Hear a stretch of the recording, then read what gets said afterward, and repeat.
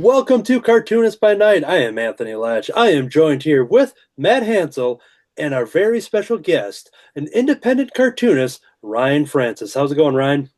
Hey everyone, thanks Hey for Ryan, having me. Hello. nice to Of be. course, we may have some more cast members jump in. Hopefully, we'll cross our fingers. If not, we're going to have even more fun to make up for it. So when we bring our guest on, we have them select the topic of their choice. Ryan, what is that topic for this evening? Retro gaming. Retro gaming. So here we go. What we're going to do in this episode, we're going to draw and discuss retro gaming, as well as learn all about Ryan Francis and their artistic journey that led them to Cartoonist by Night. So that is going to be the setup for our show. But before we dive into it, we want to check out what we're going to work on this evening if we know. So let's jump over to Matt Hansel. Any idea what you're working on this evening? I do. I'm going to draw a favorite game from my childhood, Mega Man. Ooh. And if there's time, I'm going to draw Link from Legend of Zelda, also another favorite from my childhood. I've said this a million times, but I own one of your Legend of Zelda Link pieces, so I'd be excited to see that. But I'm also excited to see Mega Man. So, Rad Awesome. stuff. and then jumping over to my screen here, I went ahead and penciled and inked some drawings that I'm going to color this evening. So I'm going back to the original Mario Brothers, not Super Mario Brothers. Oh, nice. So I've got a Mario, I've got a Luigi. They almost look the same because they do in the game. I have one of those random turtles. I've got those crazy crabs as I keep it on my screen here. And then if I color all those, I also have a Cubert. Oh, I've yes. I've got whatever that guy is, and then one of the snakes. So these are some of the other characters that are on the original arcade cabinet and everything. Yes. Oh, nice. Yes. So I went ahead and that's what I did with their designs. Is that looking at their specific arcade cabinet artwork and tried to replicate it. I'd add a little extra flair here and there and stuff like that. But so yeah, I have all of these here that I will color some of them, if not all of them. So that is what I have on my table. Now we jump to our guest. Ryan, what do you plan to work on this evening? All right. So I plan on working on a nice Final Fantasy One piece, just the original like four Warriors of Light from the original Nintendo Entertainment System Final Fantasy games. Ooh, cool. And I'm going to do a little pixel art piece, as I'm mostly a pixel artist these days. Cool, cool. We're going to see some examples of that artwork that I pulled earlier, and I'm excited to actually see the process. And now we've seen some picture-in-picture on our show before from our past guests, and this is an extremely awesome one. As I see, there's this cool digital hand floating around. I've never seen that before. Oh yeah, this is a amalgamation of my art stream setup. So I do weekly live streams of my art, and this little hand right here is a kind of a custom software called Spud Tablet. Ooh. And what it essentially does is the image tracks to my mouse pointer. So, I can make a custom mouse image. I put that transparent Photoshop near the spot where the mouse pointer is supposed to be. You export it to the software, and once you have a little video green screening stuff with your stream, it will then follow your entire mouse pointer. So Wow. if I draw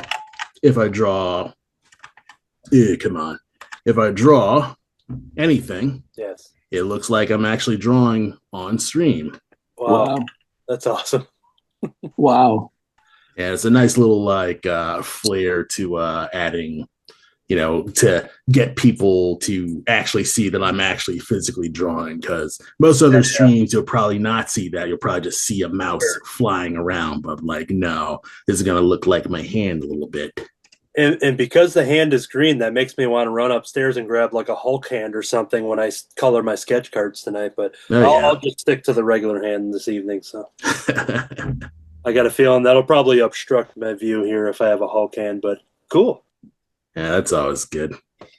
All right, so dive into your drawings if you have not already. We are going to draw and discuss retro gaming. We are going to learn all about Ryan Francis, but we always start off with our topic and ask our guests, why they chose it, and talk about your passion for retro gaming and everything that you want to say about it. As we'll kick it off with you first. So, what do you want to say about retro gaming? So I mostly just picked this topic because I'm currently in the process of making my own retro style video game. Cool. And because I'm constantly making pixel art, I get into a lot of retro games that use pixel art for that technology due to, their tech limitations back then. So I figured, okay, let's talk about that stuff because I do a lot of research when it comes to just how the pixel art works, what it's supposed to look like to look authentic to how it's supposed to look in terms of a real game that would come from that era. So Yeah. Yeah, I've in preparation for this episode, I've done some extra research on your work, and I started seeing some of that, and we'll see some examples as we go forward throughout this episode. But yeah, I think you've captured it perfectly when I look at this, being like, oh, this looks like a game that I would have played back in the '80s and '90s, and it's cool to see the your technique with that, and yeah, it's awesome. A But lot of that was Greek, but I understood just enough of it to be dangerous. um, sometimes that's all it takes. Yes. Now, one of the things I find interesting about the term retro is that retro, by definition, can actually be defined differently depending on who you're talking to, based on their ages and everything. And I'm excited to learn as we go around the horn here is that what is the first game that pops in your mind when you hear the term retro gaming? Is there a game that just popped in your mind right now? Pong. Pong? Oh, probably besides like Final Fantasy One on the NES. I'd say I also grew up with the Nintendo 64. So when I was a kid, I was playing the my first video game console was the Nintendo 64. And I was also playing the original Game Boy Color, not necessarily the original Game Boy, but I still loved playing that when I was a kid. And it's kind of funny because I think doing the math, you think in terms of retro games would be like what 20-ish years ago. Most people will think of those old 8-bit consoles, but funnily enough, I think 20 years of 8-bit consoles, I believe that is from the Atari to I think the PlayStation 1, because the PlayStation 1 that was 2000, like that was 1995. Yeah. And then I think the Atari made like the Atari 2600. I'm gonna look this up. Yeah. Oh, yeah. That's exactly why I brought the question up because assuming that you're a little younger than us, and we have different age ranges, and I'll be excited if we see Deep Brad earlier too, because I'm excited to get his answer. Is that the first one that pops in my head is Donkey Kong. Even though I'm coloring a Mario at the moment, and it's relative enough, Jumpman himself. But yeah, so it's cool to hear that answer of N64. That's a system very, very fond to me. But can you kind of talk about your experience with the N64 at all? So the first few games that I played on the Nintendo 64, I was playing with my friends, and we had like this after school program. And my after school program, they brought in like an N64. So on school occasions they'll bring in like that rolling TV. Oh yeah, and they have the they have the video. Right, So yeah. it was that, but with Nintendo 64. awesome. And me and my classmates, we were playing Star Fox 64 and trying to get through that game because that game you couldn't actually save in Star Fox 64. Yeah. But everybody was like, okay, it's a short. Well, nobody knew that it was a short game at the time, but we're like, okay, we're gonna try to get far into the Star Fox 64. It's a really cool jet game, and we're just going in there trying to just get as far as we could to that game. And we end up finding like little secrets, like, okay, what happens if we say Falco, or we get a secret path? Holy cow! We could go the alternate paths, and it goes to alternate levels. And it's like me and my classmates were just finding cool stuff in Star Fox 64. And for a while, that was kind of my big experience with the Nintendo 64 until, I had my parents purchase, our own console there. So for, I think, one of my birthdays, I think it was I'm going to say it's my like 8th birthday. That's pretty straightforward. No, probably, my 8th birthday. Yeah. And I'd say I got an N64 with Donkey Kong 64. Yeah. And there you go. Yeah, it's pretty cool. It was my first, I guess, video game that I've owned. And, as a kid, you don't own a lot of video games. So you played that game. And, Donkey Kong 64 just seemed to be the largest video game. Like, you were able to like run around everywhere. You could like do jumping. You could explore these like several different levels and stuff like that. It had like an Aztec Lost Temple level. It had a factory level. It had a scary ocean level and stuff like that. And it also had multiplayer. It had 4-player multiplayer. So me and my friends would come to each other's houses and we would play like this multiplayer battle mode in Donkey Kong. And later we also played Mario Kart 64, so that was pretty fun with that. And we were kind of like cheap for that. We end up doing the split screen and stuff like that. We were able to just see each other's screens, so we just knew each other's progress in the race, so we knew where we could set up our bananas and items and stuff like that. So it was kind of just one of those just funny little things with that.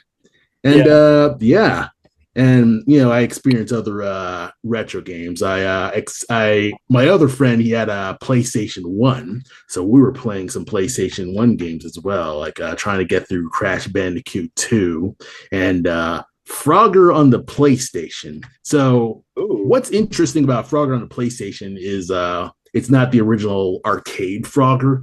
It's like I guess it's this PlayStation reboot of Frogger. And really? Essentially, it's the original game, but it had like way more levels and it just went deeper into the general mechanic of you're a little frog, you were hopping on a grid. But then this grid had just huge things where it's like now it has moving platforms. Now it's going through a giant factory. And now it's got ice levels where it's like you hop, but then you're sliding forward with that hop and you have to like take advantage of those ice physics and stuff like that. So that PlayStation Frogger game is really underrated. So if you can find it anywhere, I'm sure it's not that cheap. One thing that's weird about retro gaming is these days you got retro game collectors. And so actually trying to find the real hardware for those games is difficult because, some people will like want to collect the games themselves and want to spend money on that. And, those can go for a lot with that. Well, you had mentioned Frogger, and that's a great segue because I see a Kermit the Frog on a bookshelf behind D. Brad Gibson, who has now joined us here on the show. Hello, D. Brad. Hey, D. Brad. Hi, sorry I'm late.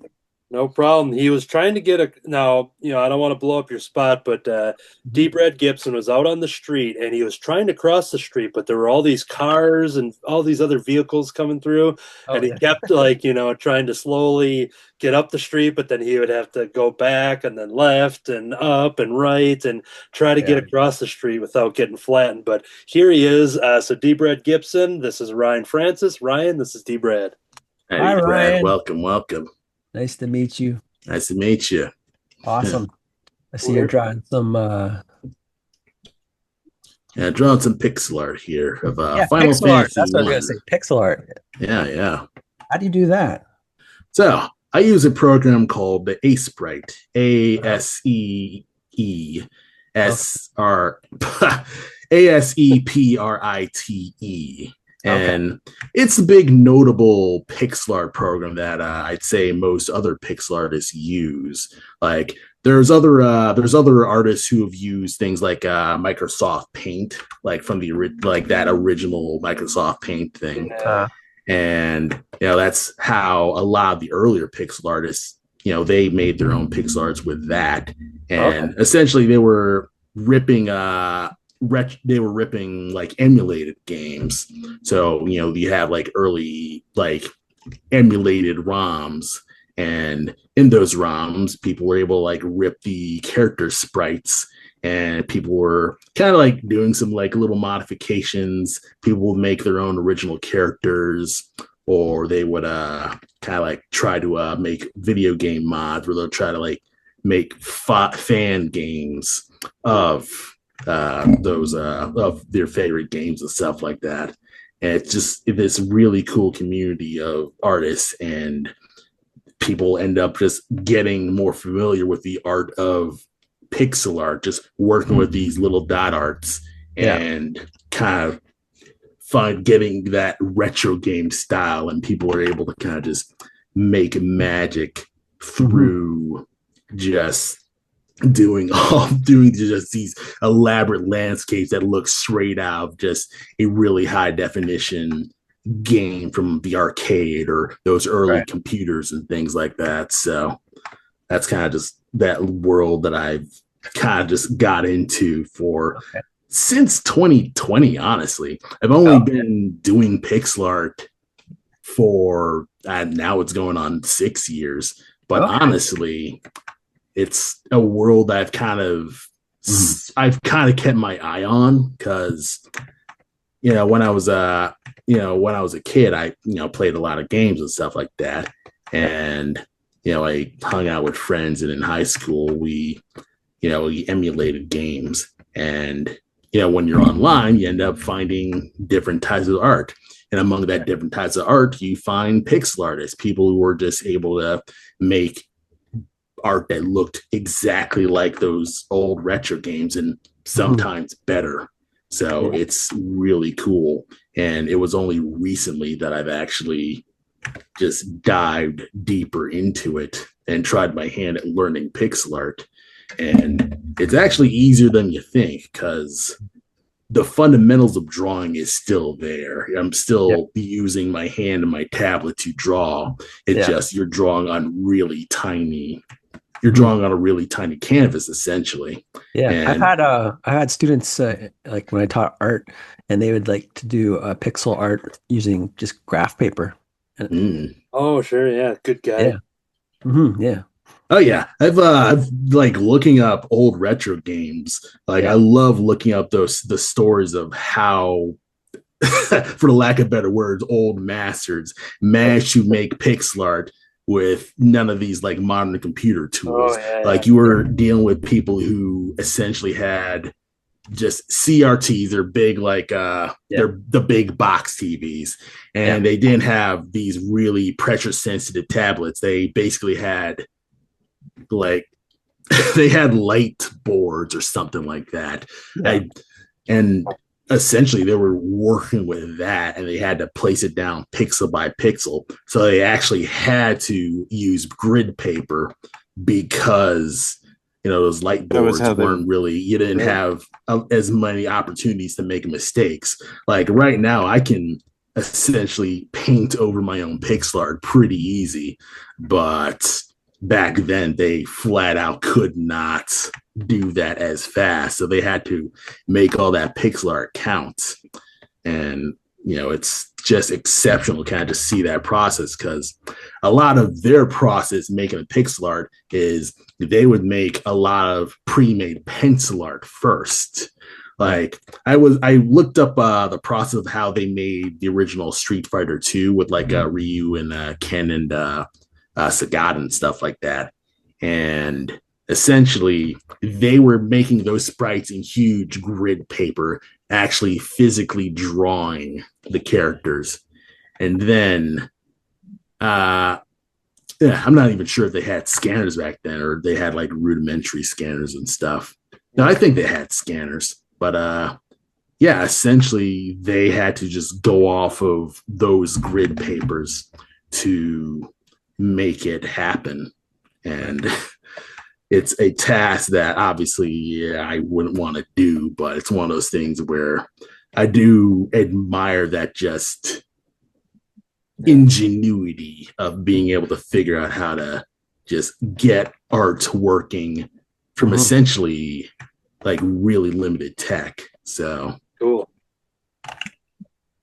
Yeah, and to think like, I had to start somewhere, like for that style of art, and just because trying to make something out of nothing with the limited tool set. And now it's cool that you have the programs that you use now and shout out to try to replicate and still do styles like that, even though we have many more resources to do other type of work. So I think it says something to that style of art that we're still having people wanting to produce that kind of art, and I think it's awesome.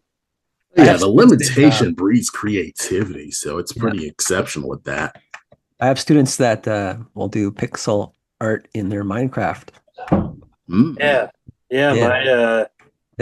My friends who that I draw with, my friends' kids, they've made some stuff in Minecraft and everything too. And it's kind of ironic. I'd never really gotten that much into Minecraft myself. My friends in college, they got into Minecraft like just when it was starting, just when it was originally on the original like Java, just like on the internet and stuff like that. Right. And I was seeing that. I was like, okay, I'll try it out. And I was kind of not really understanding the big process of like, the crafting, you're looking for resources and things like that. So I guess it didn't really gel with me specifically, unfortunately. Yeah. D. Brad, with joining us, a little into the broadcast here. Do you have something that you plan to work on this evening at all? Well, I might draw a dog based on a dog that my student sent me. Yeah. So I'm just coming up with some ideas, that's all right now. Okay. But okay, cool. And I was checking to see if you had the connection with your phone or not, or if you're not ready for that yet. No, I didn't connect it. No. I just came straight from saying goodbye to the guy who was working here. Did he forget his ladder, or is that your ladder behind you? That's my ladder. I had to move it out of the way because he had to go into the crawl space, which is right here. Do you use that ladder to try to save Pauline from Donkey Kong? Now that's a great reference, everybody. Yes, it is. That's our show. Good night, everybody. Thanks for being here, Ryan. Yeah. And I crawl along each shelf as well, and barrels come flying down at me. Yeah. Jumping over to Matt Hansel.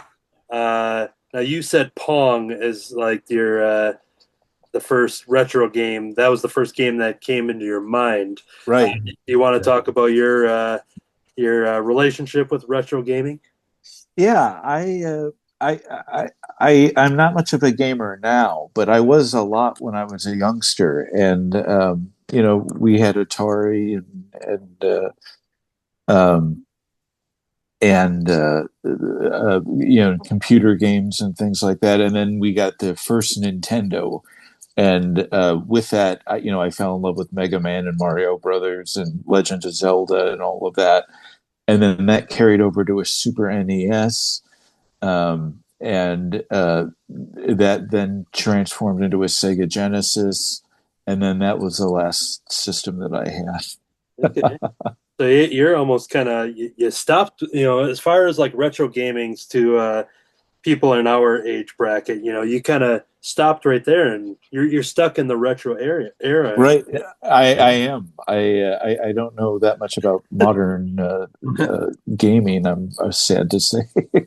Yeah, that's all right.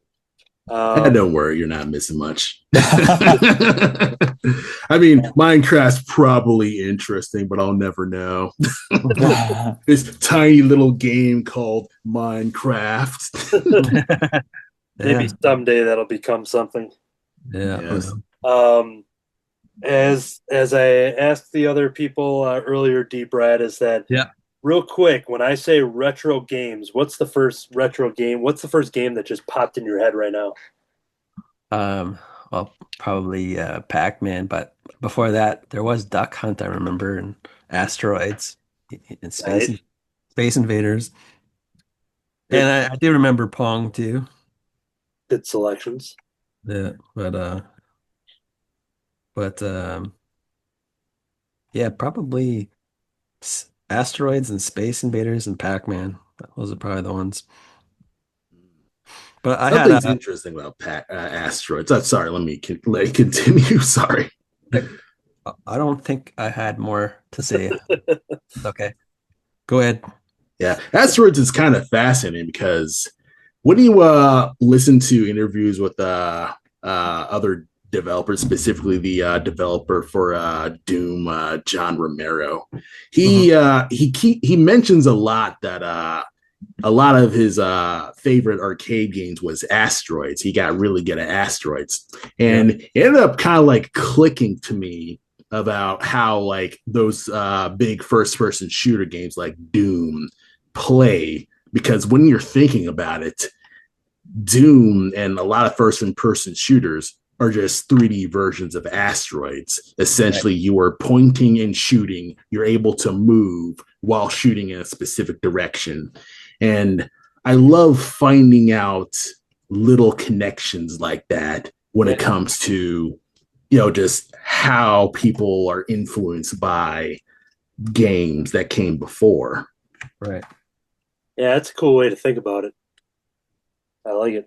Netflix has a pretty cool series about the history of video games. I can't remember what it's called all of a sudden. I will look it up right now. Hey, good. You're saving future Anthony some Google time, so we'll get it live right on the show. While he looks it up, here's where I'm at with a Mario Brothers, pre-Super Mario Brothers era of the arcade cabinet game of Mario Brothers with Mario and Luigi. Essentially, they are the same character that's just duplicated, with exception of their clothing colors. So when I was drawing, now here's a little insider tip: is that I can draw characters easier when they're looking to the right side of the audience, on the right side of the card. And so I don't draw too many characters. You can go through almost all the things I've ever drawn, and you don't see too many characters looking the other direction like I have Luigi here.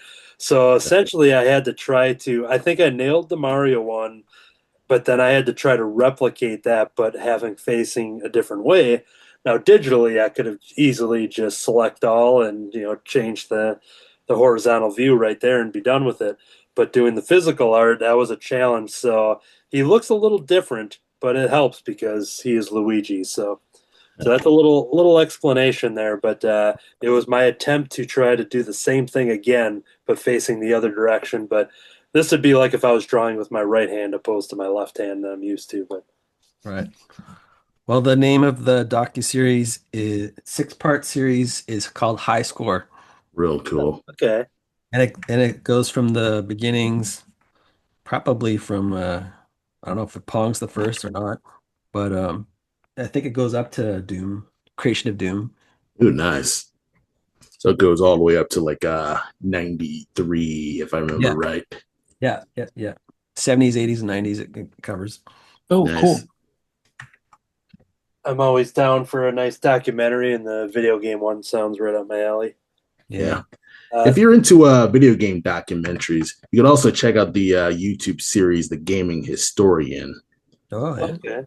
Yeah, and he's really good at kind of like getting like insights on just the general creation of like a lot of notable video games. I think one I will absolutely recommend is his documentary on Tetris. Like the actual creation of Tetris from like actual Soviet Russia and figuring out all those like rights issues when it comes to getting it out of like Russian like computer labs to the actual Nintendo Game Boy and then arcade, and then you had a bunch of Tetris bootlegs and stuff like that.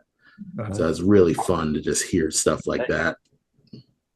I discovered the other day for Mario Day that Mario's hair is brown, but his mustache is black. Yeah, some fun stuff with that. Yeah, and I think because I'm looking at least one of the cabinet reference pics, and I think both of them just black hair and black mustache. But yeah, I know once you get into the Super Mario Brothers, then The brothers. Yeah. Hooked on the do brothers. the Mario, swing your arms from side to side. Come on, Do the Mario. Take Do the one Mario. step, and then let's do the Mario all together now.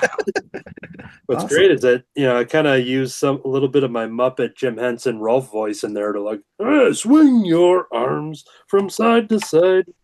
Kind of gets me in the mood there. Oh, yeah. Now,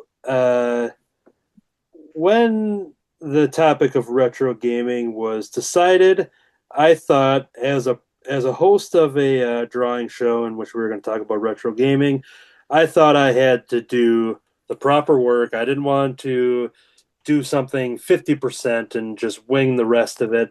I decided to go to a very popular local arcade on Thursday, the day before we are currently recording. And I went to that arcade, which is a very cool place that they allow. Their whole model is that it's $20 for unlimited all day play. They give you a wristband, and you can come and go as you please if you want to go grab some lunch or whatever. I got in almost 3 hours that I hung out there, and 1 hour of that was just on pinball machines alone. They have an awesome selection of pinball and classic and updated arcades and everything. But the ones that I played, I took a picture of all of them so I can kind of retell it. So pinball machines, there's a King Kong game, Myth of Terror Island. Oh yeah. So that was a fun one there that had a lot more. It wasn't like movie specific. They had a lot of black and white, like cutaway scene clips and stuff, but I think it was all like animated and to its own design and everything. Yeah. They had a Dungeons and Dragons, the Tyrant's Eye pinball machine. Oh yeah.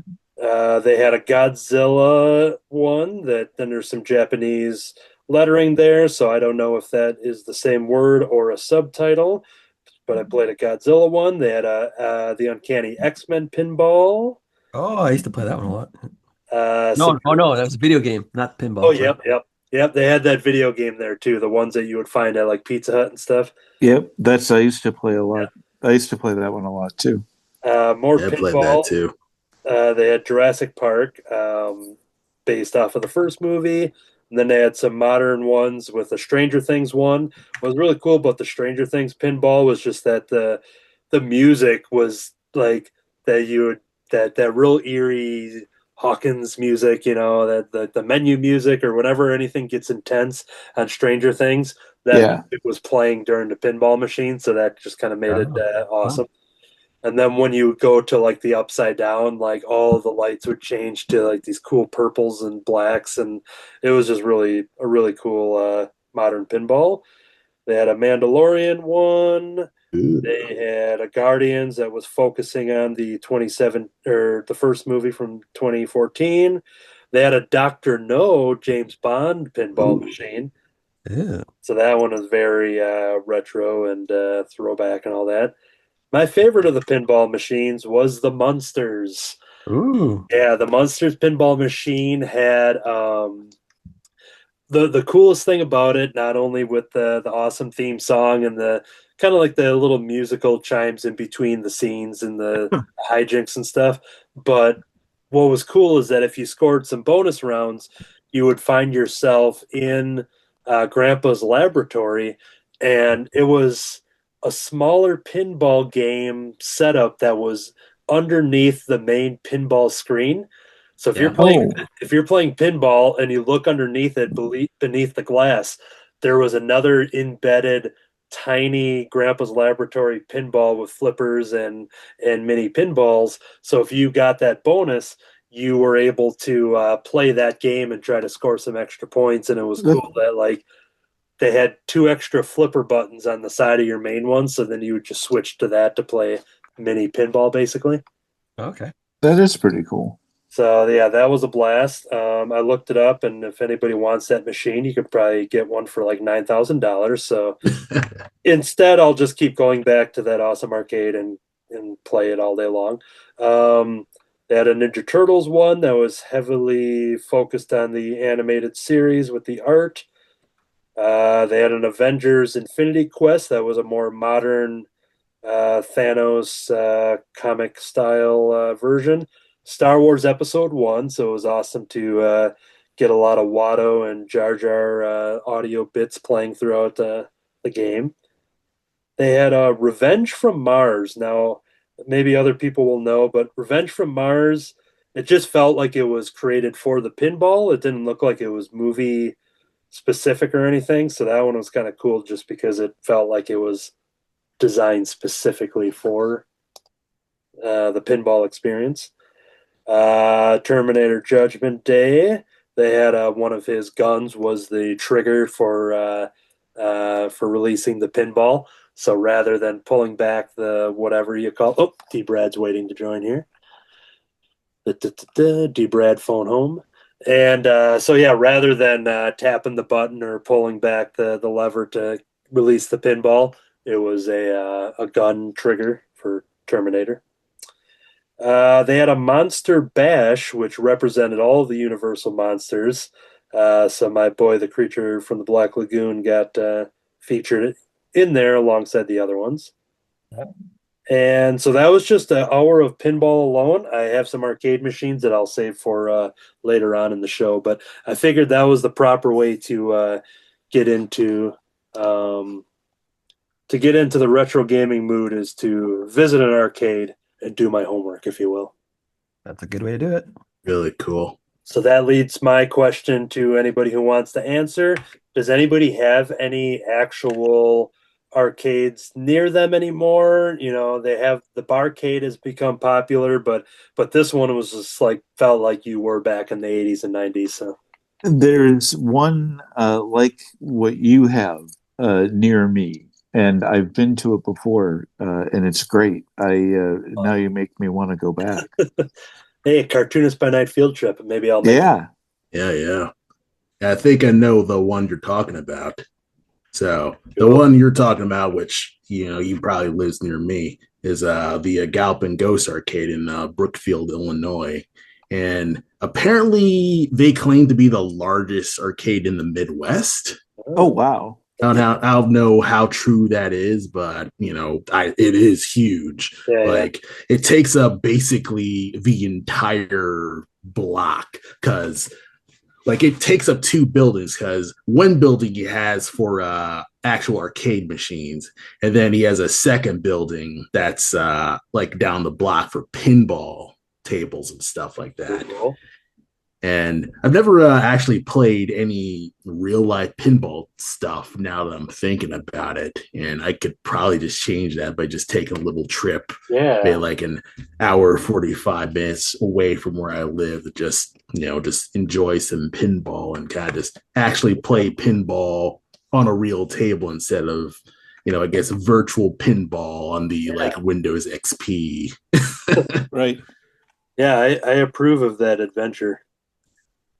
It'd be awesome. And speaking of virtual pinball, I may have talked about this. We talked about video games with our guest and friend Dave Scheid. So if you want even more video game talk, we had a bigger deep dive as we kind of covered all of video games. I may have said this in that episode, but Sonic Spinball for Sega Genesis. That was one of those games that my brother's friend had, and if my memory serves right, I think it was just one of those things that I would just keep borrowing or borrow for long periods of time to the point where we just basically kept it, or it was eventually just saying, "Hey, yeah, you can just have it now" or something. But I just remember that I was excited every time that I had the permission to have Sonic Spinball because being a fan of the Sonic games, and I have a Sonic with a chili dog always at my desk here. Um, Ah, being a fan of the Sonic games, seeing at least a virtual pinball thing was a ton of fun. yeah. Yeah, I love Sonic myself. I got into Sonic like probably like much later than just normal because my friend he played a lot of like Sega Genesis and I would watch him because he's my older cousin and he was going through Sonic 2 and stuff like that. I was just really fascinating kind of just seeing that go through. I Yeah. think the first Sonic game I actually had my hands on and kind of like actually played and beat is Sonic Adventure on the Sega Dreamcast. Nice. And yeah, I just really like that because it had this cool sequence where you were chased by a killer whale. Like the first level, you had to outrun an orca. And obviously, because you're Sonic, you are really fast and you can totally do it because you're the fastest thing alive. And so it was just this fun set piece for what's it 2000 where it's just stuff that you wouldn't really see before and here you are kind of just showing this biggest example of like how fast Sonic can go, but then you get to Sonic Adventure 2 and he's outrunning a giant truck. Yeah, I remember that specifically when Dreamcast came out, and because I'm guessing that was the first time that Sonic would take that leap into the kind of like an open world type of, more, rather than the 2D side scrolling type of thing. And yeah, that's always exciting. Much like going back to what Ryan was saying with Mario 64, which is my favorite video game of all time. Um, and Mario 64 taking that leap into the open world was just blew my mind. And anytime that I'm replaying Mario Sunshine right now, which in the definition of retro gaming technically would be retro at this point, uh, because I forget if I said Mario Sunshine or Galaxy, but I meant Galaxy. If Sunshine. yeah. So yeah, Mario Galaxy, because of the upcoming animated sequel, I decided to dip my toes back into Mario Galaxy via Switch 2, and so yeah, I get excited anytime for the Mario open world because it brings me back to those Mario 64 days. It's kind of funny because the jump from the NES to the PlayStation 1 is less than the jump from the GameCube to now. Like from the GameCube to now, like it's like 20 years. I think 2005 was when the GameCube. No, it was 2002, I think. So it's even further. Well, here I think GameCube. I want to say 2001, if I'm not mistaken. But yeah, so, it's still right incredible that's like retro gaming just essentially changes because time just changes. Like actually doing the math, like you were seeing games just advance by leaps and bounds. Oh yeah. It's interesting looking back, like Legend of Zelda: Ocarina of Time. Most people would say the best video game ever, and rightfully so. And it's fun when you look at those graphics now and just be like, remember when that looked like we looked at that like as if it looks like the Tears of the Kingdom now. Yeah. That's how we saw Zelda 64 back then, even though it doesn't look like that, but that's through our eyes, that's what it looks like. But now it actually looks like that. Oh yeah. Like seeing Grand Theft Auto 3 was mind blowing. Like actually like because you're like, okay, graphics can't get more realistic than this because like Grand Theft Auto 3 just looked incredible. But then when you're actually looking at Grand Theft Auto 3 now compared to Grand Theft Auto 5, it's like looking at a blocky action figure. Yeah, it is crazy, yeah. just how big those leaps are. I'm going to check in with some drawings here. I had finished the Mario and Luigi for the most part. I got to do the whiteout on Luigi yet, whiteout border. And then I started one of those pesky crabs that are always in those levels. Jumping over to Ryan, how's your project coming along? Yeah, things are going good. I have the initial block-ins for just the entire group right now. And so far, it's the four warriors of light. You have the fighter who is good with swords. You have the monk who is good with martial arts. You have the white mage who heals the entire party. And you have the black mage who nukes the entire party. I mean, nukes all the enemies. So it's some fun stuff with that. I like the expression on the high kick there. So, what would be the first? What would be the first role play type video game? Where you honestly, if you really want to stretch, I mean, I guess games that are trying to simulate Dungeons and Dragons, stuff like that. Yeah. And I think there were other games. You could make a stretch and say Zork is a role-playing game because essentially you were playing the role of this mysterious, faceless person who has to type in his actions and go through a series of winding passages to get through the game. Right. Zork. I seem to remember something, but I can't remember the name of it. But yeah, I remember like you would put in it was mostly like choose your own adventure type things, but then you would put in what you would do, and then there would be a response that fit or a response that would fit what you said. Yeah. Yeah. And honestly, you mentioning choose your own adventure stores, like arguably those are also candidates for the first games essentially because you had like things like the Cave Explorers and there were some I forget what they were specifically called, fighting fantasy. So it's not Final Fantasy, but fighting fantasy. Fighting fantasy. And essentially they were physical books and you were essentially like going through different dungeons and to make choices, you would turn to certain pages and stuff like that. So if it says, okay, you encounter, I'm going to say a goblin because I don't remember those books that well, but it's like, okay, you encounter a goblin and you don't know his intents. What do you do? If you want to fight, turn to page 5. If you want to talk, turn to page 20. Yeah. And so you kind of just have those different results and you're going through completely different routes just going through just that book and stuff like that. And of course, you can always cheat and like flip through books, but it's always just one of those immersive things that I don't even know if anyone's really making choose your own adventure books, I'd say.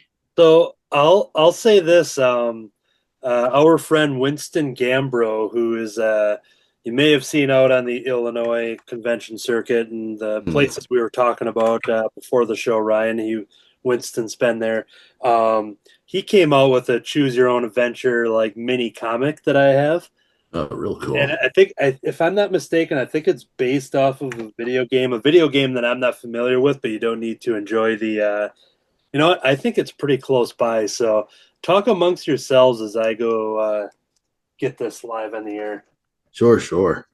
But yeah, like playing things like D&D is always a nice way to get yourself into actually making games and making your own board game, stuff like that. When I was a kid, I made little board games just on paper. I would essentially like get like large folding.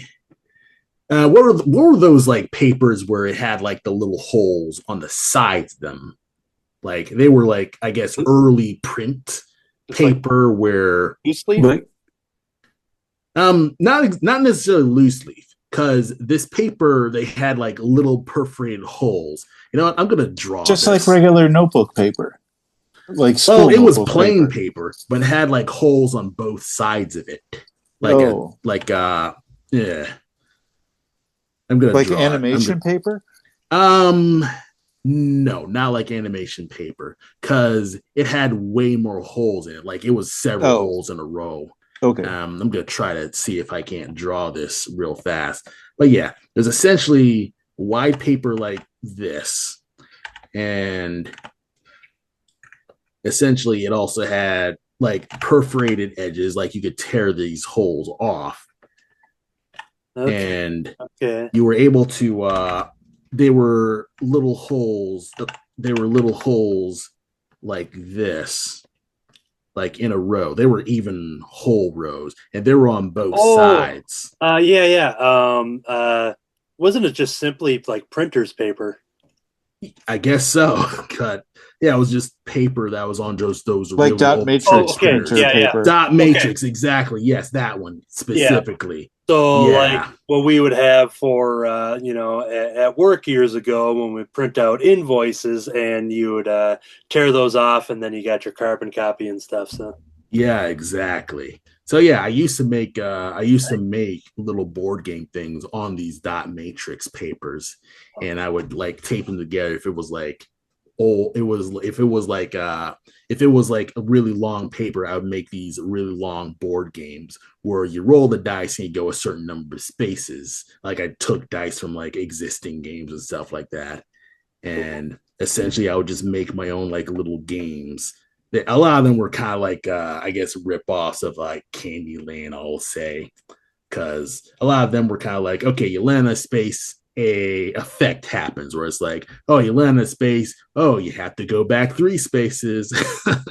And so it's one of those like little things I just made just back in grade school just to impress my friends and my teachers and stuff like that. And that was kind of just arguably my earliest foray into game making, really. oh, cool. Yeah. I think it's based off of the Hitman game series. Here's what I was Ah, talking okay. about from Yeah, Agent Winston. 47. Yeah, so 47 Ways to Kill. And what's awesome is that it is a choose your own adventure comic book. And yeah, Winston made this book, and it is awesome. You can if he's got copies, you can find it on his convention tables. And I don't know if this QR code will work, but I'm just holding it up there for anybody on the screen sitting at home. And I'm sure that'll take you. It says your next target can be found here at Winston Gambro.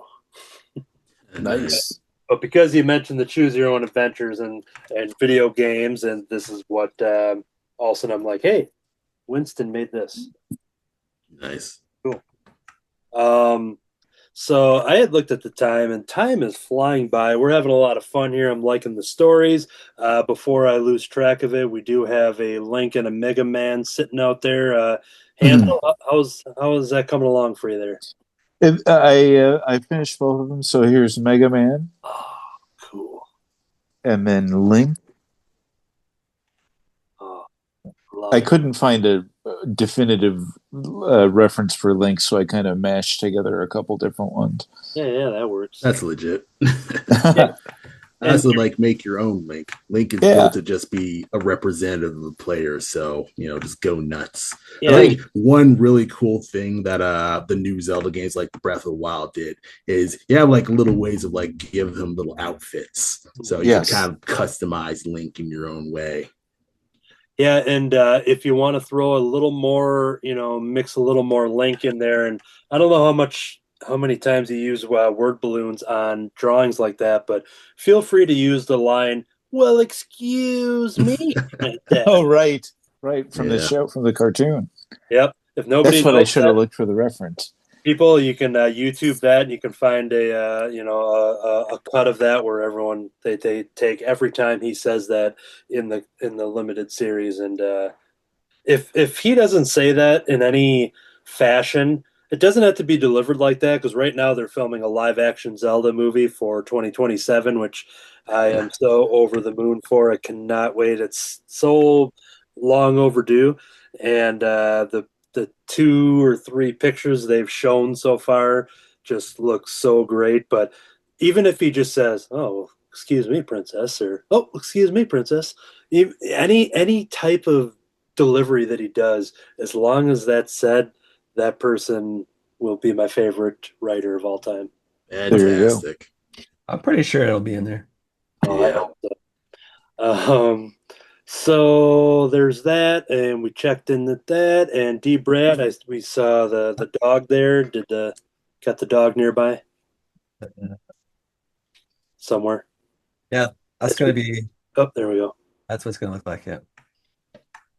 And then if you put some ducks in the background, it can be your version of the Duck Hunt dogs. Huh? Yeah. Oh yeah, yeah. Duck hunt. Yeah. Yeah. I think the duck hunt dog's a some kind of a hound. Like it's Yeah. it has like a brown houndish. Yeah, I think it's like what's that? Basset hound. He looks like. He looks like a mix of a Basset Hound and a Saint Bernard. I was going to say he's got a little Beethoven-ish to him. So yeah. Okay, so because time is flying by, and we talked a lot about the retro gaming, we'll talk more if anybody has anything to say. But before we dive into that, I have a slideshow prepared, as I do for our guests, going through their social media and picking out images that call to me that I'm going to highlight here in a slideshow. But while I do that, Ryan, if you can start telling us the origin stories of your creative journey, whenever that started, and kind of talk about that. And if there's anything in the photos that I show that you have something to say, feel free to interrupt it. But otherwise, you can focus on your origin story. So go ahead when you're ready. Absolutely. So I guess I could probably just talk about so overall I was born in New York and moved to Illinois when I was a kid, and I watch a lot of cartoons, watch a lot of like Tom and Jerry and Ed, Ed and Eddie. Thank you, D. Brad, for contributing to that. And just watch a lot of cartoons, watch a lot of early anime. I watched Dragon Ball Z. A lot of my superhero comics was mostly into cartoons. So I love the 90s Spider-Man cartoon with like the radioactive spider blood type things. Yeah, that's a good one. And, throughout that, I went to school and kind of just enjoyed a bunch of independent comics. I love like things like Bone and Giant the Homicidal Maniac, which is well beyond anything that I should be reading in grade school. But it was one of those things where it's like you're seeing comics beyond just like the superhero comics and stuff like that. So it was kind of mind blowing to me personally. And of course, I enjoyed things like newspaper comics like Calvin and Hobbes and Far Side and things like that, just having some fun with that and kind of just seeing the waning years of newspaper strips and things like that. Hey, go back to the other one, Anthony. I don't know who those guys are. Let me take a look here. And the one with the bear with the barbed wire. Here it is. Yeah, that one. Yes. So those are a bunch of characters, original characters that I have who are basically going to be a bunch of bandits that are going to be enemies in my game that I'm developing called Black Mask. Oh, perfect. And it's a game about a raccoon treasure hunter going through different islands. Is that the raccoon that was the first picture was? Is that? Yes. Yeah, exactly. Oh, yeah. That's really good. I love it. Thank you. And then, because we took a break there, I do want to focus. This might be one of the most adorable things I've ever seen. Yes. Oh, okay. So I definitely have a story about that. Ooh. So with that bread cat, it literally started out with me seeing a bunch of images online of people putting little pieces of bread on their actual pet cats. Like they would just take pictures of just little bread cats. I thought that was the funniest, adorable thing. I was like, oh, what if this was a seller who ran a bakery and he had to wear a humiliating little costume? So I kind of just started with that. And then I kind of like spun out into other types of pastries. So I made like a cupcake cat and a cinnamon roll cat. It kind of just ended up just being this large series of just cat illustrations that I drew just because it just piqued my interest overall. Not a cat, but here's a Oh yeah, that's also me kind of like just recapturing lightning and kind of just being like, okay, I've drawn a lot of cats.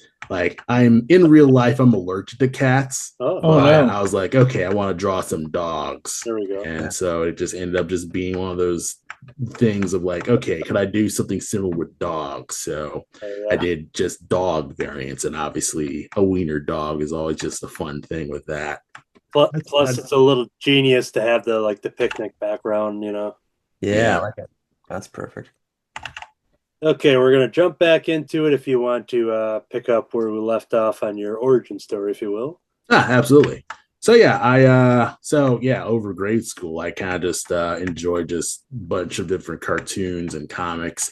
I read Captain Underpants, and honestly, that was my first ever foray into animation because Captain Underpants had these cool things called fliporamas. Yeah. And essentially, they were two framed like flip books where you would draw a picture on one and then the picture slightly moving on the first one, and then you would flip it back and forth. And I thought it was just the coolest thing. I made a whole bunch of them when I was a kid, and me and my friends, we made a bunch and we sold them to like other classmates and stuff for like 10 cents.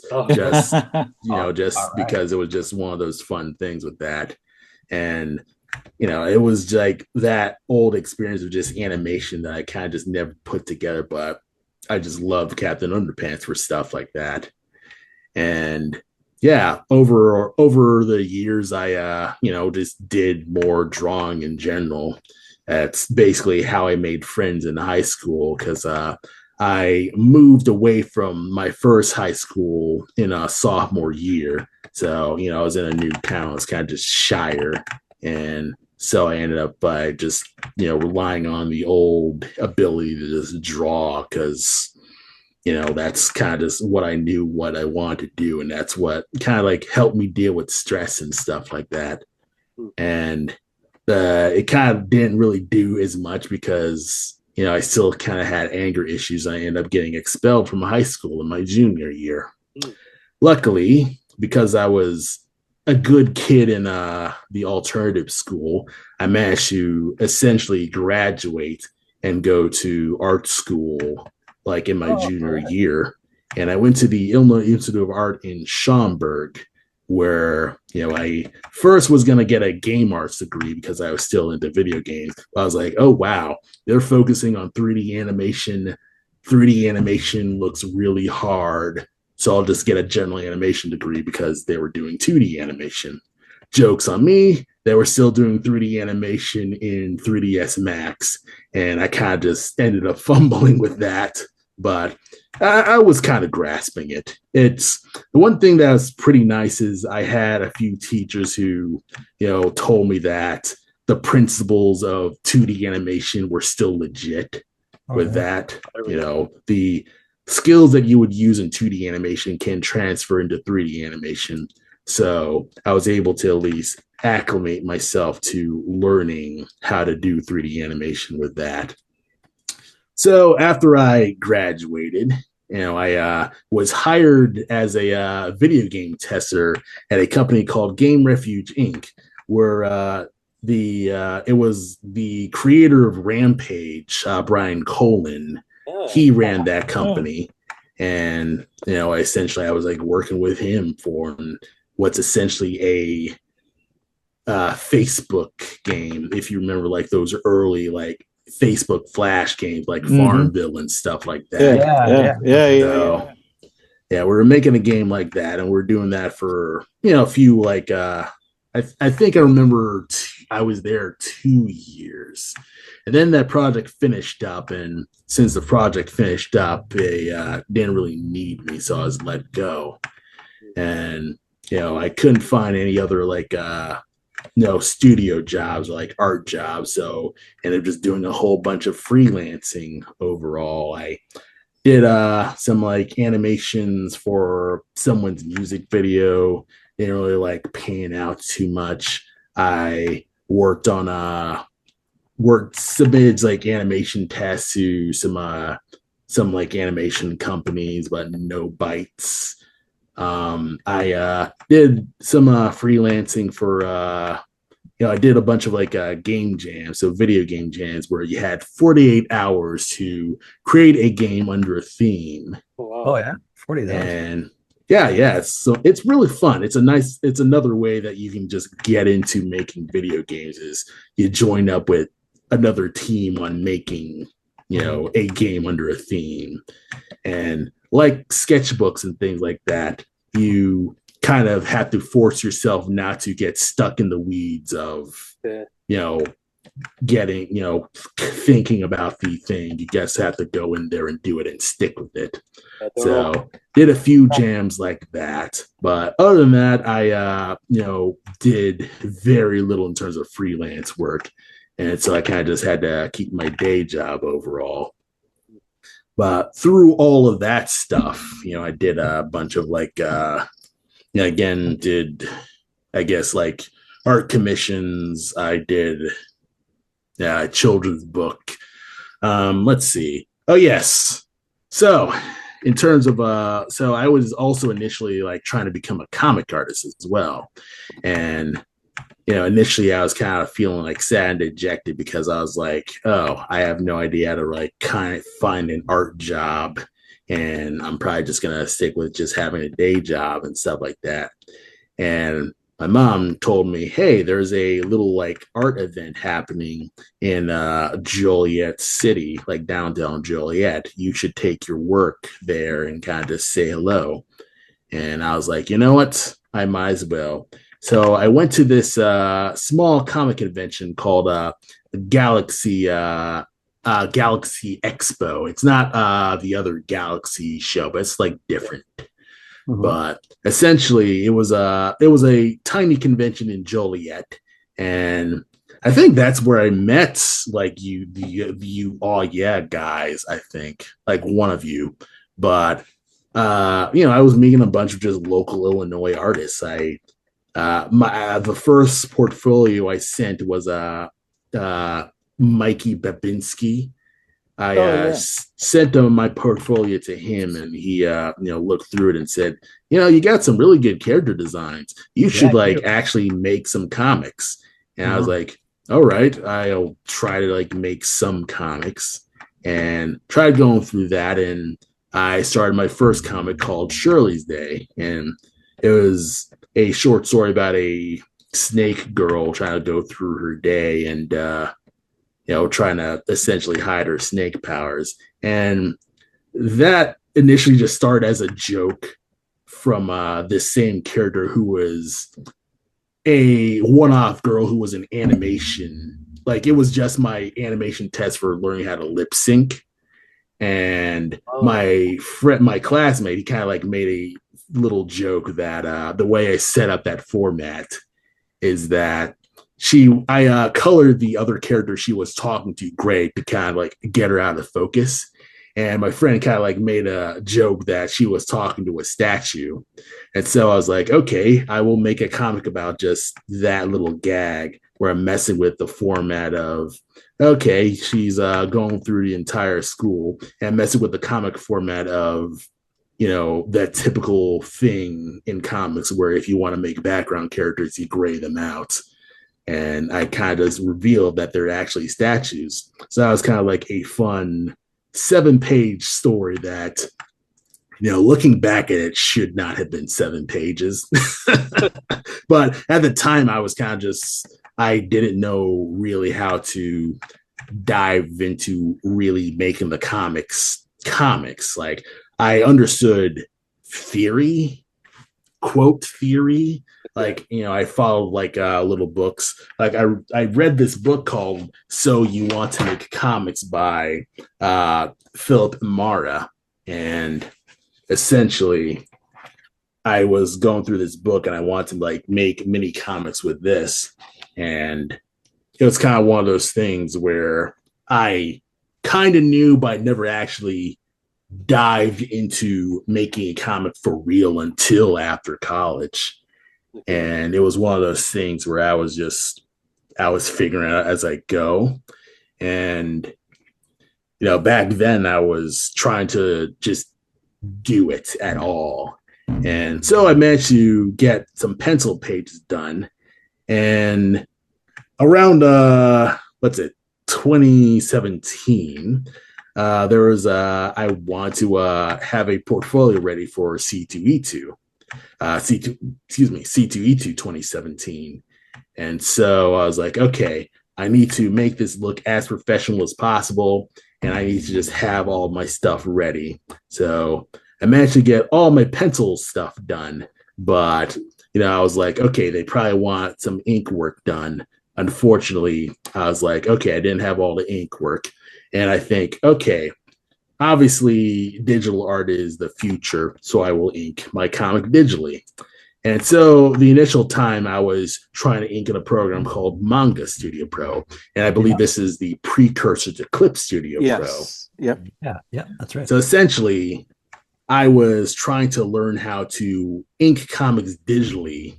Unfortunately, I didn't understand the program. I just didn't know how to make the line art look natural compared to what was essentially really elaborate pencil art. Like my pencil sketches, they were very tight in comics terms. They were well realized and things like that. And the people I submitted my portfolio to, they could tell. Like I've submitted to some Dark Horse people. They kind of gave me tips on how to set the line art work. I it's kind of funny. The first person I took my portfolio to was Neil Adams. He had this giant booth just at the front of C2E2 2017. Yep. And he was just there. I was like, you know what? If I can talk to Neil Adams, I can talk to anyone in this show. Did he try to give it's one of those things. Did he try to give you $20 to not review your portfolio? Because he used to say he hated doing portfolio reviews, and a lot of times he would try to pay people, like literally he would pay them to not have to do it. Incredible. So it's kind of interesting. So I guess the reason why I got into him mainly besides I saw his booth and he was literally the first one, was I remember listening to an interview with him from one of the Kevin Smith podcasts, and he was kind of talking about just his time as a comic artist. So he was kind of on my mind overall with that. I was like, you know what? I'll just give him a chat. And I guess for some reason he was like, yeah, I'll look at your stuff. And I showed him my work and he says, yeah, this is fine, but this is kind of out of my wheelhouse because I had more of an anime style. And luckily, he pointed me towards the Dark Horse booth that was across his booth. And he said, send yourself to the Dark Horse people, and they could probably give you some better help than I could.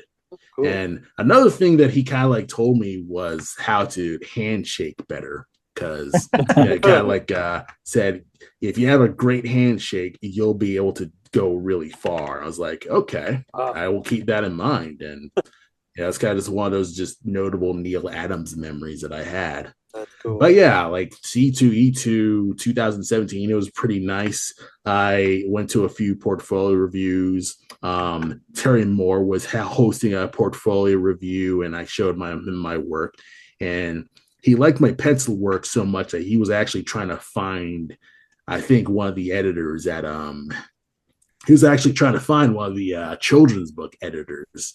So I think either it was Lineforge or I think Lineforge shuttered, but it was before they shuttered. It was one of the editors at Lineforge or something like that. But essentially, he was trying to get me in front of one of the children's book editors because he noticed that I would fit like a glove with children's book and the Raina Telgemeier types and stuff like that.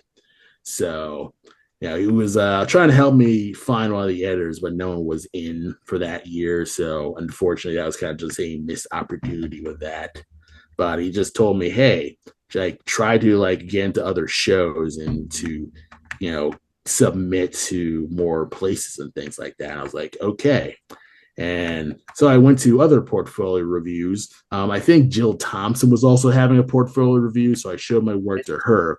And she was the one who immediately noticed that my digital artwork was killing my traditional artwork. Like Oh, she noticed that my traditional lines were way better, like miles above my digital art, because I was way more experienced doing traditional art over digital art. So I was like, after everything, after the entire C2E2 stuff and things like that, I was like, you know what? Let's start from the top, and I will completely re-ink the work on like traditional stuff, because I actually I actually I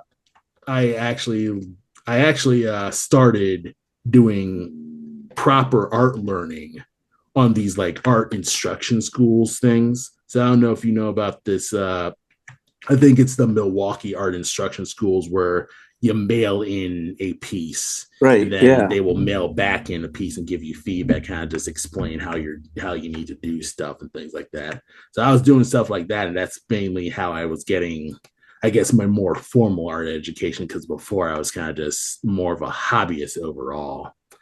And I was doing that, and I still had pens remaining. So I just decided, okay, I'm going to ink traditional. I still had my like Dynasty 4 brush from Art Instructions that they sent to me, and I was working with that. I had a pen tilter deal style pen because it was just there, and I inked the entire thing with actual, with an actual on actual paper and things like that. And I showed it, like, I think I was working on that till I think 2008. So I'll just say a year later, or 2018, I should say. And, lo and behold, I finished Shirley's Day. It was a 7-page book. Initially, it was 9 pages, but I also got feedback to like reduce the amount of pages, because the way I did the panels was I did a panel for every movement. I was like, I learned that from storyboarding animation class in college, but I didn't really need to do that for comics specifically. Right. So, they gave me that feedback, and, I managed to kind of whittle down the panels. So I was able to kind of like knock that down by like 3 pages. So, no, that's 2 pages. So I was able to whittle it down by 2 pages, and I basically like finished the thing.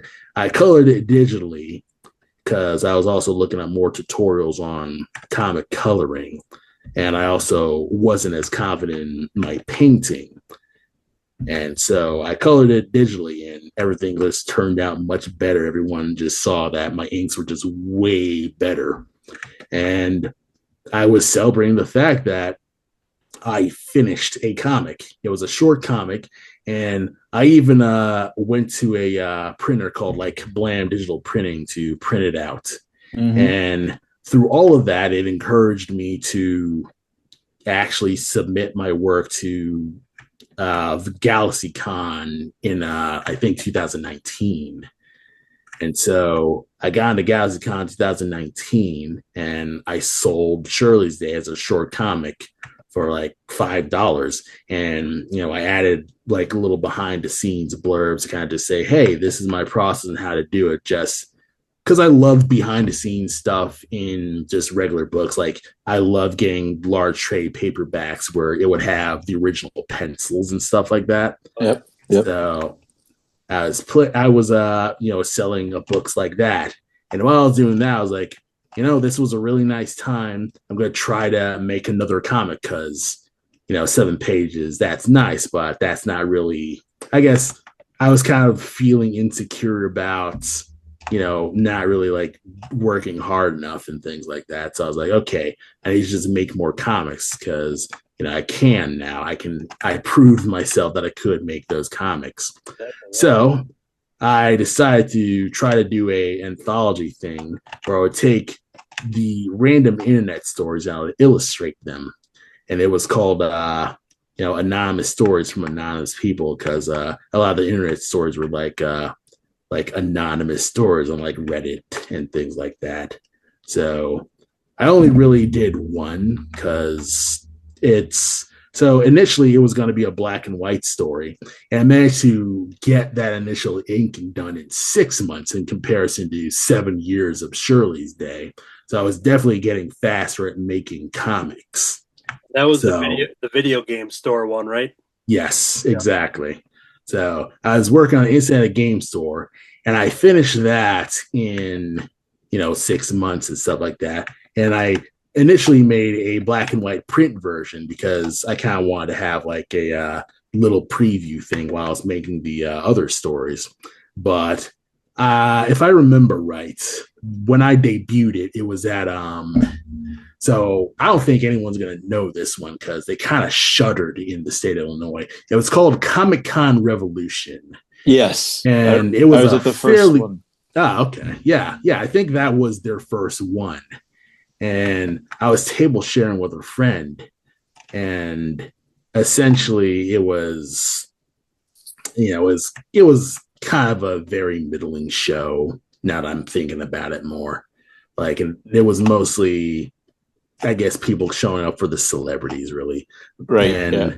I guess I hadn't really put that together at the time because I was trying to sell my like Comic Con. I was trying to sell Inside the Game Store as a black and white version, but I noticed that Shirley's Day, the color comic, was selling way more, and I was like, okay, maybe I just need to have this in color, and that would solve things much better. And so I colored Inside the Game Store, like actually put it in color and stuff like that. And it was also that opportunity to kind of like try to experiment more with color because I didn't really do a lot of experimentation with Shirley's Day because I just wanted the characters in gray. So I was like, okay, if I'm going to color this, I need to like really go all out with these colors. So, I did some real like emotional experimentation stuff where I was trying to like do like very loud yellow danger colors because try to just get more like that emotional color vibe and stuff like that. And people do like it. I still say in terms of coloring, that one is my best color work, I can say. I would love to do more like comic work with that color style. Like when I'm doing color work in the future with comics, I'm definitely going to try to go back to that. But yeah, I was doing that. And then I reprinted a new color version of Inside the Game Store. I tried to make a new cover to kind of like commemorate that. And it was more of a paint cover. But then I realized that I was not enjoying trying to like make the painting. And so I just made a remix of the first cover for Inside the Game Store. And I kind of just like add like a slight background from the original painting. And that was just going to be the new edition of Inside the Game Store. And so I was selling that. And it still wasn't really selling that much, really. Like I could probably say that it was selling slightly better, but I'd say overall it's still not. I'd say to this day it's still not a well-selling comic in general. So yeah, I keep it around mostly for portfolio reasons because I still think it's technically my best comic at the moment. So yeah, after Well, I was just going to say, and there was another one because some of the stuff you can see on your website as well, but I do have one that I pulled. If you want to talk about Pizza Man. All right. So the Pizza Man is, so I started the Pizza Man when the plague hit. So during COVID, everyone's indoors and stuff like that. And at the time, I was actually struggling to write a new comic because I was both busy with dealing with my day job, and I was both like struggling with like making my new comic. I wanted my third comic to actually be my raccoon thing because the raccoon one was actually an idea for a web comic, but I was struggling to actually write it. And because I was struggling to write it, I was kind of just stuck at what to do. And I was chatting with another like old classmate, Gabe Batista, and he was my senior classmate. Like he graduated in the class before mine, and so I kind of kept up with him because I guess I could argue he is the closest thing to a comics mentor to me. So he was doing this thing called Journey June, where it was an art streak thing where you would take the month of June and you would do a comic page in a prompt, like the prompt of the day in the month of June and stuff like that. So I couldn't pre-write a story. I had to like basically improvise a story and make a page a day. And the only real thing that I decided on was making it about a pizza delivery driver, because at the time I worked at Pizza Hut as a pizza delivery driver. So I kind of understood what I wanted to do with that, because the story is pretty straightforward. The guy gets the order and he delivers it, and everything in between is the adventure. So, it's pretty easy writing with that. But of course, it was a gauntlet because, I was essentially trying to make a sequence a day instead of a panel a day, because I wasn't really paying that much attention to the prompt, but I was just going above and beyond, like trying to just get the idea out. And I was just posting on Instagram to try to just catch up to everything. And so, I was just doing the Pizza Man, and I managed to finish it. I basically finished an entire comic in a month. It's silent, there's no dialogue, but I finished what's essentially 30 pages in a month, which is, wow, well, for me, exceptional. They're storyboard quality, but honestly, like the fact that, their storytelling page is still, it's still exceptional for me. Like at the time I was like, wow, this is pretty great. Mm-hmm. And, I collected that into a book and I was selling that. And people actually really dug The Pizza Man. It's my second most popular book, mostly because it's just really fun. And I feel like people can follow non-dialogue books a little easier because they don't have to like read dialogue and text and stuff like that. So I think that's probably the appeal to that. Yeah. And yeah. I was just gonna say, it was cool the way you have the ingredients of what he needs for the pizza. So like seeing while there's no dialogue, but you're getting those pictures and stuff, and it was a very well, a good way to use the lack of words and use pictures. Pantomime almost, Yeah. Because you see the person on the phone and you just see images of what they want on the pizza, and it's a perfect way of doing that. And then I wanted to call out, I always like when you got to take any cartoonist, any creator has to take a product, even over to TV shows. If you can't have Frito-Lay brands or something, you got to have Let's potato chips or something. But I wanted to call out the fact that you had a Lost Valley Ranch bottle. So when I was reading Pizza Man through your website today, what you have up on there, and I had to single out the Lost Valley Ranch. So yeah, it's literally just piece of ingredients. I'm like, oh, this is awful. But then it's kind of like, okay, this guy just ordering it, but that's like, those tiny little bits of conflict to that. So that's one of those fun things. I will say, it's one of those pineapple. Yeah, anchovy, pineapple, and ranch, and I believe, I think that last one, anchovy, pineapple, ranch. There's like a meat, some sort of ham or something, maybe. Yeah, ham. Yes, ham, because the ham guy saves him from the bear. So. And for people, for all those comics that you mentioned, not only for purchase, but looking at some like previews and stuff, the website, what's the website that people can go check out? You can check out masterfran.com. It's just my general username and .com at the end of it. And essentially, you can basically see my entire archive of arts, from my comics to my stickers to my daily sketches. So that's information will be along the bottom as well as in the show notes for clickable links too. So yeah. Cool. So yeah, it was great to have you on. Looking at the time here, we're gonna wrap up by checking out the drawings. But back at Warrior Con in the first annual Warrior Con, which was 2024, you came across my table and we're talking, and then mentioned Cartoonist by Night and everything. So I was glad that we're finally able to get you on, and Yeah. Fantastic. hopefully we'll see you out on the shows as well. Just to do another quick, overview. I saw Hansel. You must have. Were you doing some smaller versions of their character? Of I did. I did two sketch cards. I did Mega Man Oh, fun. and Link again. Nice. in addition to the ones that you showed earlier. So Yep. that's and D. Brad, we had the dog, but then you jumped over to a fox there. I think so. Yeah. Well, yeah. I said it was a fox without you saying it was. So I think you nailed it. Yeah. Yeah. And I just had the colored versions of Mario, Luigi, and the Pesky Crab.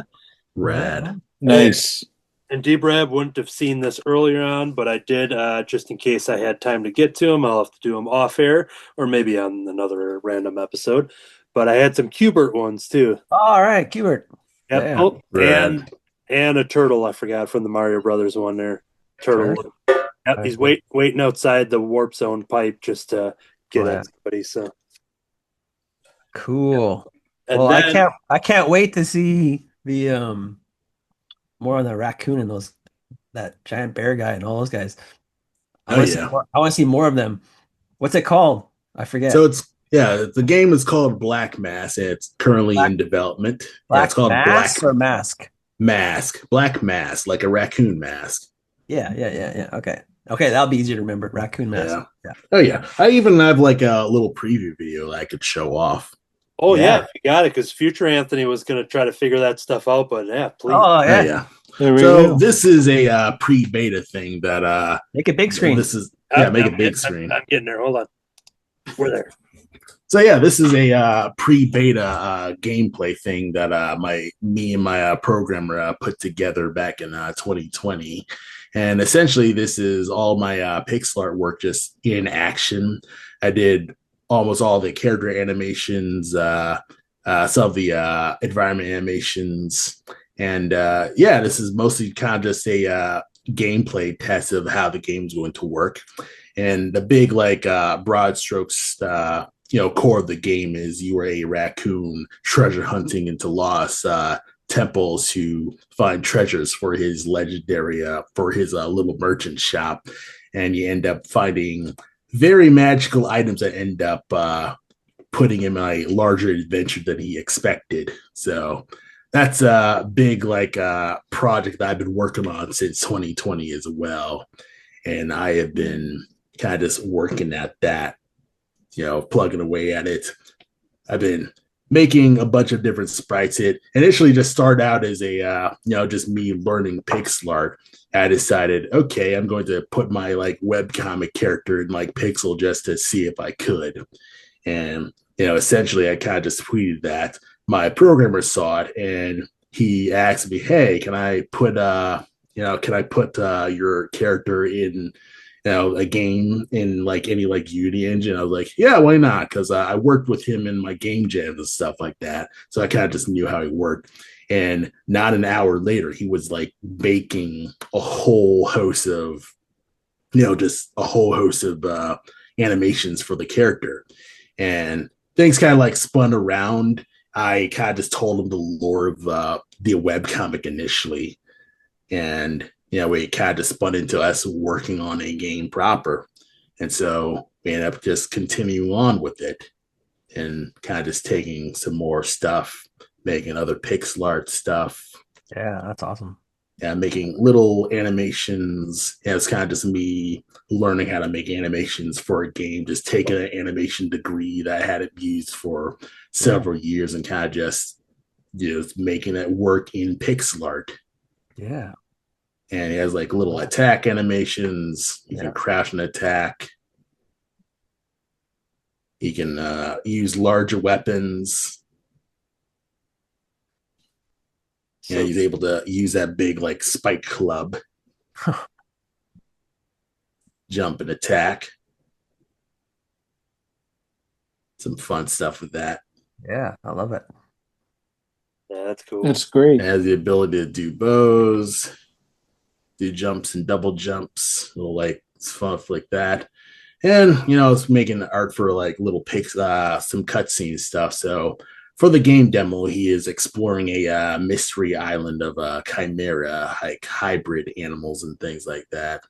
So he's exploring a lost dungeon, and he's kind of just on the ship. And these are little cutscenes of kind of just him reaching this mystery island.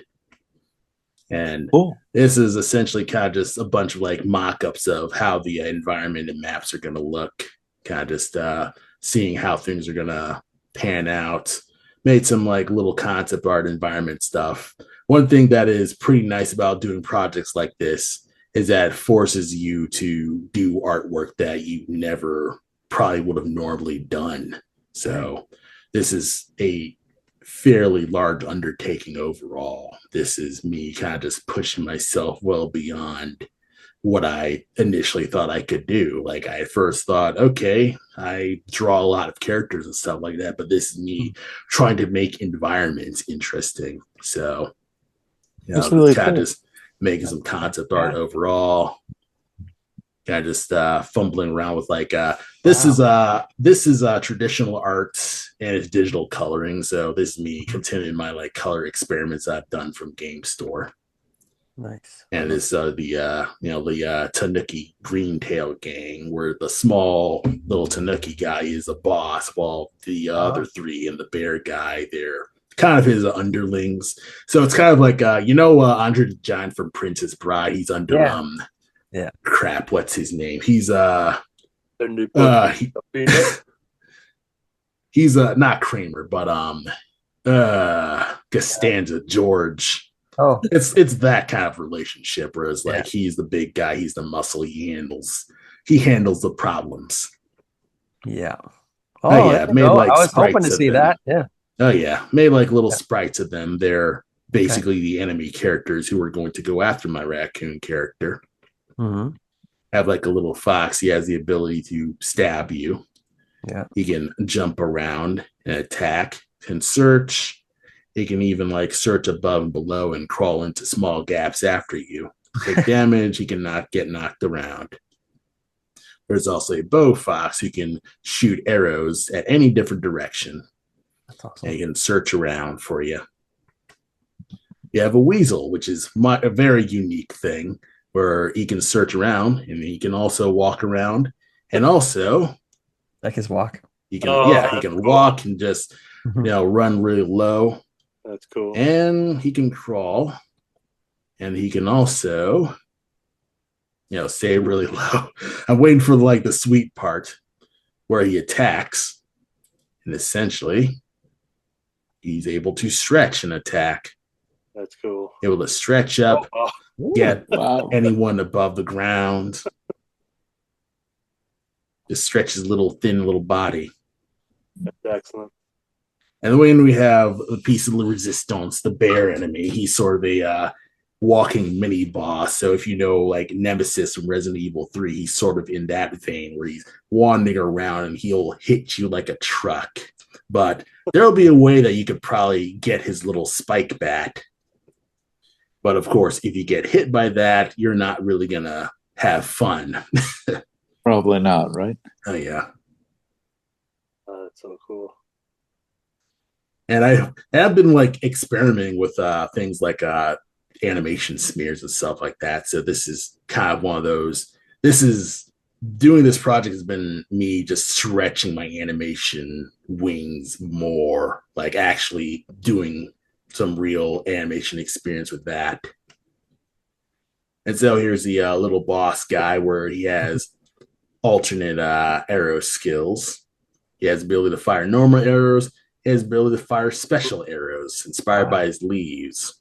He can pull out trick level arrows from his quiver that's in his tail. And kind of just figuring out a scene where essentially they're having a more straight-on fight. The Tanuki character is much more technical. He is way more clever than he give him credit for, and he will put a raccoon guy through the ringer if he's not careful. And of course, after the actual fight, he'll win because it's video games. you can't continue the game if you don't win. So that's kind of just one of those little things with that. And of course, now you got to escape the island. Got to get around the bear. But of course, you can just slip under him and jump off the island and try to leap off the island to catch a ship. You're just about to catch on the ship. Almost there. Can't really make it. But of course, we have the captain and the crew ready to help and get him on board and help Cole go onward to new horizons. All right. Now, I want you to make the video game, but I also want you to make the comic book version too. Oh, yeah. that's kind of just one of those things where it's like, yeah, I want to just do both. And that is, that's kind of like that one day thing. I am definitely making a little manual where you're going to have like little drawings in the manual while you're learning about the game and stuff like that. So, good. Yeah. Yeah. So, other like little sprites with like NPCs where you'll talk to them. And kind of just more environment work with that. Some initial like deers. Just some fun little deer character. Man, I'm glad you had all this at the ready. This is awesome. Oh yeah. You kind of just having some fun with like figuring out how the dialogue cutscenes will look. And some other concept art of like Cole actually doing his job as a merchant, trying to like trade with various different customers, and his coat can morph into his merchant tent, and that's how he stashes his items. And of course, you have a bunch of different other animal adversaries all over the place, which you have to take advantage of your smaller size in order to win and beat them. You could also negotiate with them. Language, I probably should have cut that. Future Anthony cut that. Future Anthony literally just focused on the drawing, so nobody knows even what you're talking about. Yeah. But yeah, it's kind of just one of those little funny gags that I just have. But yeah, just a lot of this just started out as me just drawing a lot of animal characters in my sketchbooks. And I was like, I need to figure out a point of view character for just this world that I'm essentially making. And a lot of this is kind of just me sketching in my sketchbooks about just cool designs for animal characters. And I do that even to this day, just in between my day job. I'm just, that's kind of just my sketchbook task to just, get some different ideas and kind of just crank that out in between all the writing that I'm doing to kind of just actually get the story down. Because one big thing that I'm trying to force myself to do is actually write the story and write the narrative. So that's always important with that. And as someone, I love that character. That's awesome. And as you said, for someone that loves like all the behind the scenes and the process, like you're obviously have all of this here for the the eventual back matter and stuff too. So yeah, that's impressive. Thank you. Yeah, this is me kind of like experimenting a lot with coloring and stuff like that. I guess I'm not as I don't enjoy coloring my work as much as I should. So I try to like find little ways to kind of like making it fun for me, where it's like cool ways of rendering, where it's like try a flat color thing, where I kind of like experiment with the night scenes, where I'm trying to make my ink shine and not over render and things like that. Yeah. But usually most of my artwork is just, I have pencil sketches in my little mini sketchbook, and I will just draw, ideas of environments of where, he would explore and kind of just figure out his little elaborations of stuff like that.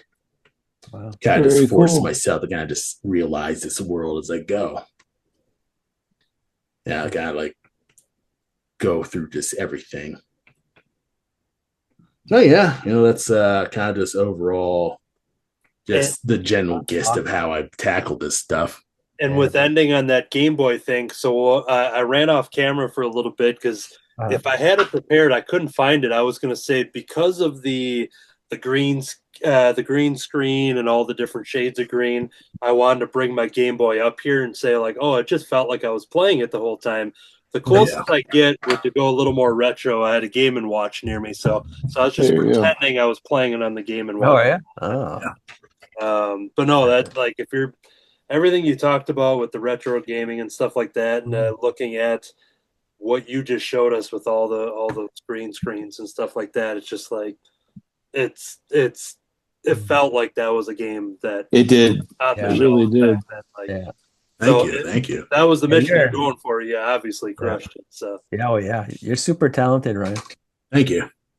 But yeah, it's a lot of just hard work and just researching that fun of the Game Boy. The initial reason why I picked the Game Boy art style was I wanted to learn pixel art, and doing the monochrome, it was easy to kind of just focus on the values instead of trying to guess the colors. So it kind of like it was intuitive to me because I'm mostly like a black and white ink artist. So black and white ink art, black and white Game Boy, it goes pretty well. Plus, since I draw small in the general, I'm able to transition that mindset towards something even smaller like pixel art. So learning pixel art has been easier than I expected overall, and I'd say other people can learn pixel art as well. Just take your program, reduce the size down to like 528 pixels by 258 pixels by 258 pixels. And that way you just have a really tiny canvas and you're just moving those little dots around and, try to look up your favorite retro games and try to see if you can emulate those. And that's basically how I learned a lot of my now current pixel art techniques, is I kind of just studied just those old pixel artists. It shows. It shows. Definitely does, yeah. Cool. And then going back to there as we do the final round of looking at what you worked on here this evening. Cool. Oh, yeah. I thought I'd be able to finish this Final Fantasy Peach faster, but I was like, I probably should have just picked one character instead of all four. But I'm like, it probably wouldn't work without all four. Like, I don't think anyone's going to recognize just the warrior, just the black mage. So, well, that's why people got to hang around for the credits, and then they'll see the finalized version you had there. So, oh yeah, I'm also like trying to time lapse this as well. So I'm gonna try to like have that ready for you as well. Oh, that's cool. Fun. Yeah, cool. I like the green hand too. Thank you. Yeah. The little green hand thing. It's kind of my little stream gimmick for when I do my weekly live streams. So it's kind of just one of those fun little things. Yeah, it tracks to my mouse, so that's kind of just how that goes. Yeah. Check out the future D. Brad. Check it out in the beginning of the episode. We went into detail on that, so perfect. Cool. Yeah, fascinating. I'll see what I missed. Absolutely. All right, so yeah, that is going to do it. So once again, your website for everybody to follow you at, and other social media and your YouTube page as well. So just give all the plugs and let us know where we can find you. Absolutely. You can all follow me at masterfran.com. That's MASTAFRAN.com. I'm pretty much Masterfran everywhere, except, Twitter and Instagram. I'm not really on Instagram anymore. But you can find me at Masterfran on Blue Sky, Masterfran on Newgrounds.com, Masterfran on YouTube. And also, you'll find my archives of my Twitch streams at Masterfran Art Stream, as well as Masterfran on Twitch. So, find me at Masterfran. I'm usually there, and I'm camping on that username because, brand synergy. Yes. Excellent. Well, then that is going to do it. Once again, thank you for being on the show. That was a ton of fun. It was great to take a trip back into memory lane with retro gaming. Thank you very much. Once again, if people want a companion episode, we talked video games with Dave Scheid. So this is a nice piece because this is all stuff that we didn't do a deep dive into. So it's always fun to kind of, revisit a topic, but then dive deeper in the specifics. So cool. So thanks again, Ryan. All right. And that is going to do it because the game is over and we're all out of quarters. Good night, everybody. Night. Good night.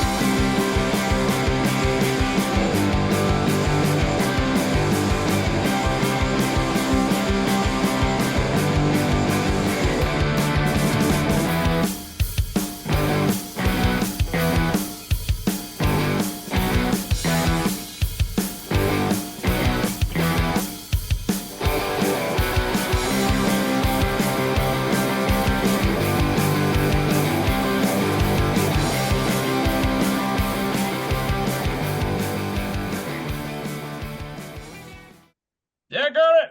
Can't get the thing closed. We are the Crystal Gems.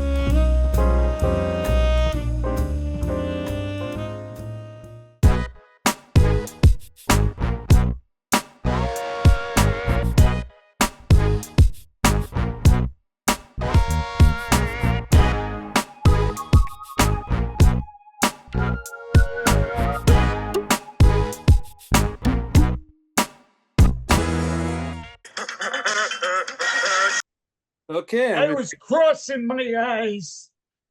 Woohoo!